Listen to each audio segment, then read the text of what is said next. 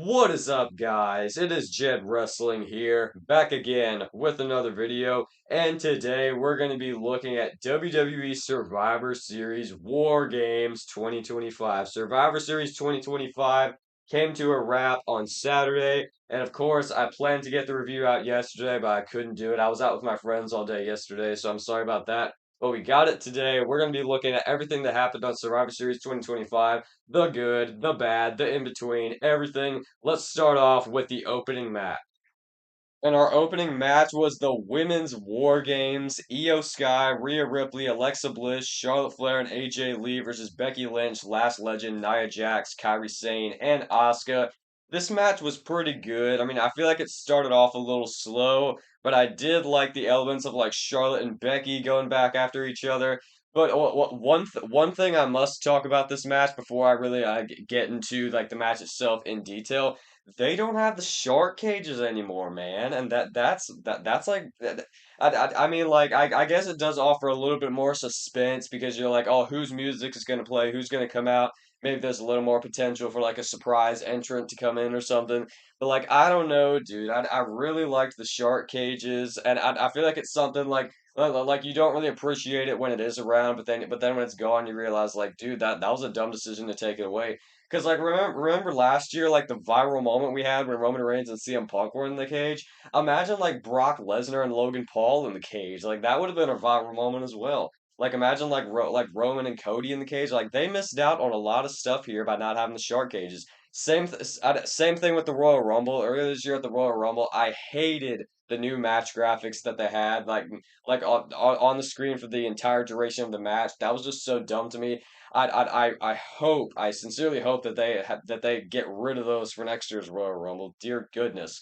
But I don't like the lack of shark cages here, and it did kind of take away a little bit from both matches for me. But this match was still pretty good. AJ Lee came in a little early. She was beating up Becky Lynch a little bit. We had Io Sky have her annual little trash can spot. This year, she put the trash can on her head and did like a tope con hilo, like a front flip, which was really awesome, dude. So Io Sky, she's like in War Games every year, doing her little trash can spot every year. It's a fun little tradition. And we also had Nia Jackson, Last Legend, wreaking havoc. But in the end, we were able to see what was it? What was it? AJ Lee pinning Becky Lynch. I think it was AJ Lee who pinned Becky Lynch, picked up the victory for her team, and yeah, the baby faces are on top, just as I predicted. Yeah, pretty good match to start off the show. This might have been the best match of the night. I don't know. I haven't really decided that yet. I'll be sure to get to what I thought was the best match of the night at the end of the show, but the women's War Games was really solid. Moving next into John Cena versus Dominic Mysterio for the Intercontinental Championship. Now, Dominic Mysterio winning was always to be expected. It was always going to be a disappointment, but it was always to be expected. So I'm trying not to let that like cloud my view for this match a little bit. But not gonna lie, I just didn't like this match, man. I don't feel like it ever clicked. Their match on Raw that they had was really fun and enjoyable. Like I don't know what made this match like not likable for me. But we had Dominic faking the shoulder injury, and they, not gonna lie, they copy and pasted the Penta spot from Raw, and I really thought that Dominic just got injured, man. I was like, dude, did you just get injured in John Cena's last pay-per-view match ever so early in the match? I'm like, dude, but it wasn't actually real. We had a little sigh of relief there. They just did that so Raquel Rodriguez could slam John Cena, and then Roxanne Perez hit the pop rocks, which was pretty cool. Not gonna lie, you could see how excited Roxanne Perez was to be able to attack John Cena on his final run. But yeah, the referee caught Dominic red-handed, trying to cheat to win the title. He saw that the injury wasn't real. So yeah, Dominic just faked that injury. The Penta injury is real. The Dominic injury isn't real, but they did have me there. And later on, we did see Finn Balor and JD McDonough come down, and then John Cena hit him with this and the referee was knocked out, by the way. We saw John Cena hit him with this massive double AA, giving me J&J security vibes from back in the day when he hit them with the double AA. That was absolutely awesome. But then we heard Liv Morgan's music, so Liv Morgan came back. I mean, all right. I mean, I'm not the biggest Liv Morgan fan, as you guys might know, but Liv Morgan is back sooner than expected. She came back during this match which what was a real surprise. Not gonna lie, I didn't expect her to come back during this match. But we saw her slap Dominic Mysterio, and immediately I was like, no, dude, because she did not really slap Dominic Mysterio. This is all just a work. Then she hugs John Cena, but then like gives like the Cena look into the camera that he used to do back when he was a heel, when he'd like hug people and then kick them in the nuts. So she kicked John Cena in the nuts, and then Dominic Mysterio was able to hit a frog splash on Cena to pick up the victory and the Intercontinental Championship. This match, for one, was overbooked, and second off, I just feel like I just feel like it didn't click the way the Raw match did. Like the Raw match, you had the hometown crowd, you had like Dominic and Cena just one on one, no shenanigans. But I feel like the shenanigans kind of ruined this match for me. And yeah, this was John Cena's final pay-per-view match he's ever gonna have, which is kind of disappointing judging by how it went. But you know, like in the moment, I was just trying to appreciate this match for what it was, dude. Because like we're never gonna see John Cena wrestle on a premium live event ever again. So I was just soaking it all in, man. Cena was getting emotional. I was getting emotional. I was just trying to soak it in, man. And he has one last appearance left on Saturday night's main event. December 13th. And actually, today's the first day of December, so that's coming up in that's coming up in 12 days. Today's the first day of December, dude. I did not actually know that until looking at my laptop here. That's insane, dude. 2025 has flown. Cena's final run has flown. But yeah, it's going to be a very emotional day when John Cena has his final match at Saturday night's main event. Nikki Bella challenged Stephanie Vaquer for the Women's World Championship. This match was kind of just whatever, man. Coming in between coming in between the big Cena match and then the big War Games match, like this match really just I don't know. It just wasn't it. It was kind of just okay. But we did see some pretty cool moments. We saw Stephanie Vaquer hit a Devil's Kiss on Nikki Bella on top of the announce table, and then following it up in the ring. Y'all know that those two moves got a really big reaction. And then she hit her really cool looking corkscrew moonsault thing on Nikki Bella to pick up the win. Kind of a surprise, not gonna lie. I thought Nikki Bella was gonna pick up the victory here and then go on her heel run with the Women's World Championship. Maybe that's something they can still do down the line. But Stephanie Vaquer is a rising star, so I can see why she would win this match. But yes, Stephanie Vaquer picks up the victory. She is still your Women's World Champion. Who can beat her?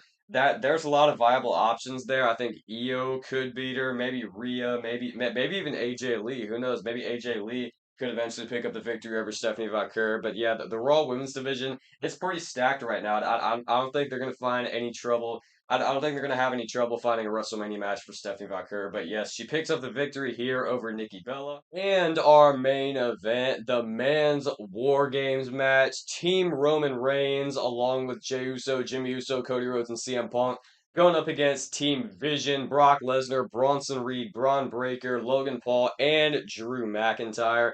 We had CM Punk and Braun Breaker starting this match off. Personally, I would have had CM Punk and Drew McIntyre start this match off to like immediately renew their rivalry because as soon as Drew came in, they were just like immediately going at it, which I did like.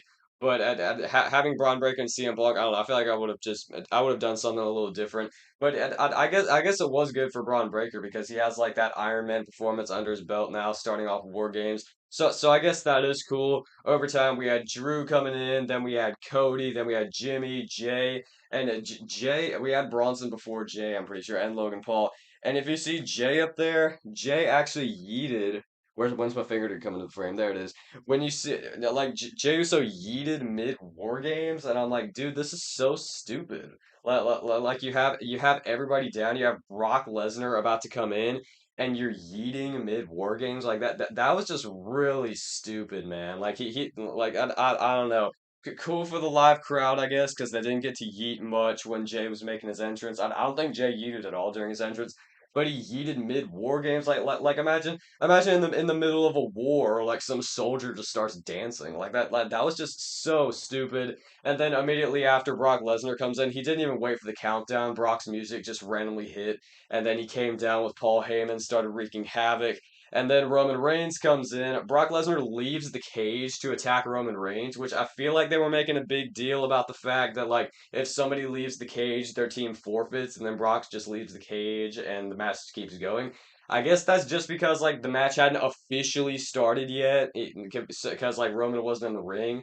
So I guess that was why Brock Lesnar was allowed to leave the cage, but he still hit an F5 on Roman Reigns through the announce table, and Brock just couldn't weather the storm of the beast that is Brock Lesnar until Brock lifted Jay up onto his shoulders, and Roman hit this massive spear through the table on Brock Lesnar, which I honestly think was the coolest spot in the match. We had Brock getting speared through the table. We also had Cody and Punk. They were double teaming Braun Breaker. They hit like this doomsday device thing, and Braun Breaker landed on the back of his neck, dude. That was insane. I hope Braun Breaker's all right.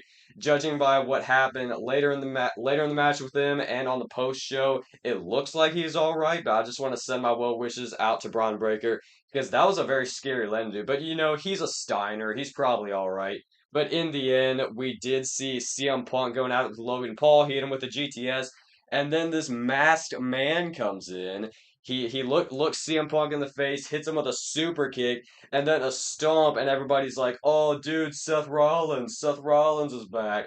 And I'm like, dude, really? Is Seth Rollins really that agile on his knees? Like, I don't know. I feel like that was a little too agile to be Seth Rollins. Although I do have the person who it was right here. That's gotta be Kane! That's gotta be Kane! Right, guys, I'm just messing there. It wasn't Kane, but it could be one of these three people. Let's weigh the possibilities. Chris Jericho, let's be honest, unless they have like a stunt double for him, that was not Chris Jericho scaling that cage. Let's be honest, man. Seth Rollins, I know I was just talking about him possibly not being able to scale the cage either, and I still stand by that. And I also stand by the fact that one, he just had shoulder surgery, and I don't see them faking two injuries for him in a row, because then like that fractures all trust for injuries with fans. Like if he gets injured again, and I also feel like the stomp did not look like a Seth Rollins stomp. It looked like somebody who like never hit a stomp before. Because I feel like Seth's stomp would be more smooth than that. Much like I said with Chris Jericho, they could end up doing like a stunt double thing where like Seth. Like Seth, he's about to be ready to return, but he's not ready for any physicality. So they had a dude come in pretending to be Seth, and then like we're just gonna say it was Seth later on. Like if you know what I'm saying, like stunt doubles in TV shows and movies, if you know what I'm saying. But like I don't think it was Seth Rollins. Plus the whole Vision angle that really doesn't make any sense. I think the most likely is Austin Theory. Now is that disappointing? Heck yeah, but I think that it very much could be Austin Theory because they were talking about like that like earlier we were hearing like Austin Theory could be involved in war games. He could be joining the Vision, and I think it's incredibly likely to be Austin Theory. I think it has a very similar that the dude has a very similar body type to Austin Theory. And yeah, I think it's Austin Theory, man. Austin Theory, he's gonna join the Vision. He's gonna return. He's gonna feel like a big deal again. Which honestly, I take back what I said about the disappointment. I wouldn't actually mind that, man. I think Austin Theory, he has a lot of potential to be a top guy for WWE, and joining the Vision, being under Paul Heyman, like that would do a lot for Austin Theory's career. So yeah, I actually do hope it's Austin Theory. I know a lot of people say Seth, but I feel like yeah, I feel like it's going to be Austin Theory. So look out for Austin Theory joining the Vision. I just find it weird how we did not get a reveal of the Masked Man. But yes, guys, that just about does it for WWE Survivor Series 2025. I hope you guys enjoyed. Was this the worst Survivor Series of all time? Absolutely not, I don't think. Was this Survivor Series really mid? Absolutely, man. I feel like this show wasn't good, wasn't bad. It was just like kind of in the middle, you know. There was some like really disappointing stuff here and there, like not getting to see who the Masked Man was. But like I just feel like this show was really mid and just really like in the middle, man. It didn't feel like a big deal at all. And I don't know, it just doesn't feel like something you'd remember the next day, like on a Sunday when you're casual about minding your own business and all that, or hanging out with your friends like I was. You wouldn't remember this show. You wouldn't be thinking about this show. And not gonna lie, I wasn't. So I'm gonna give this show a 4 out of 10 on the ranking. I think that's honestly pretty generous as well. I don't know. I feel like this show was really mid and just kind of by the numbers. But let me know what you think in the comments down below, and I will see you guys next time. Jed Wrestling out.